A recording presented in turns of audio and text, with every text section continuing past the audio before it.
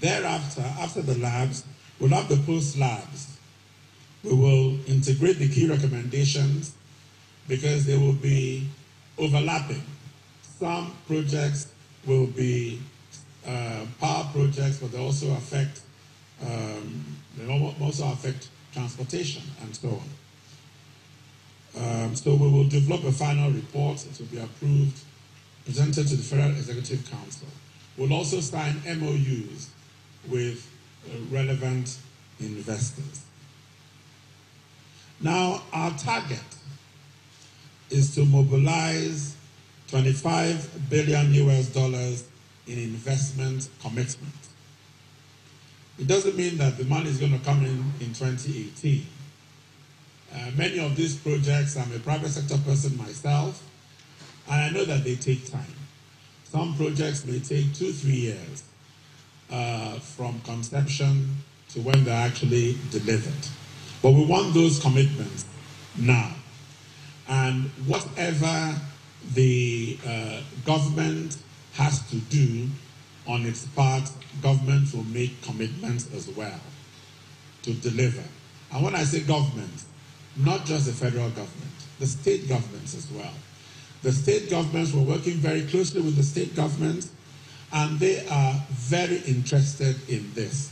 They are willing to provide land as necessary and other support that may be required at the state level. Some states want to become hubs for particular sorts of activities or industries. So the states and the governors of states are committed, and they will be sending some representation. So government, at the end of this, the commitments that government needs to give, government will give those commitments. And then the commitments of the private sector will also hold you to those commitments. We've already identified 126 potential entry point projects, already identified. In agriculture and transportation, 74 projects. In power and gas, 7 projects. In manufacturing and processing, 45 projects.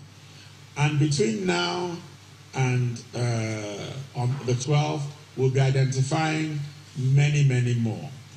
Because right now we're still processing. This is as of today. These numbers will change every day until the 12th of March. And even after the 12th of March, we will still take in, even during the lab process, new projects will still be taken in. Once they meet the hurdle, we will scrutinize every project and make sure it's a serious project and one that can happen and is not happening because of the constraints from the environment, as opposed to your inability to raise money. So it is the ones that the constraints are as a result of the environment in which government can do something about. What is the governing structure of the labs? In countries all over the world, they've always identified that these things work when you have commitment at the very top. And the labs has commitment at the very top. And the structure of the dominant structure of the labs has Mr. President right at the top. Cascading down from Mr. President to the economic management team, which is headed by His Excellency, the Vice President. And then on to the Central Steering Committee, which is headed by myself as the Minister of Budget and National Planning. But each lab, the relevant ministers are the ones conducting the labs. Our role in Budget and National Planning is to coordinate the whole process.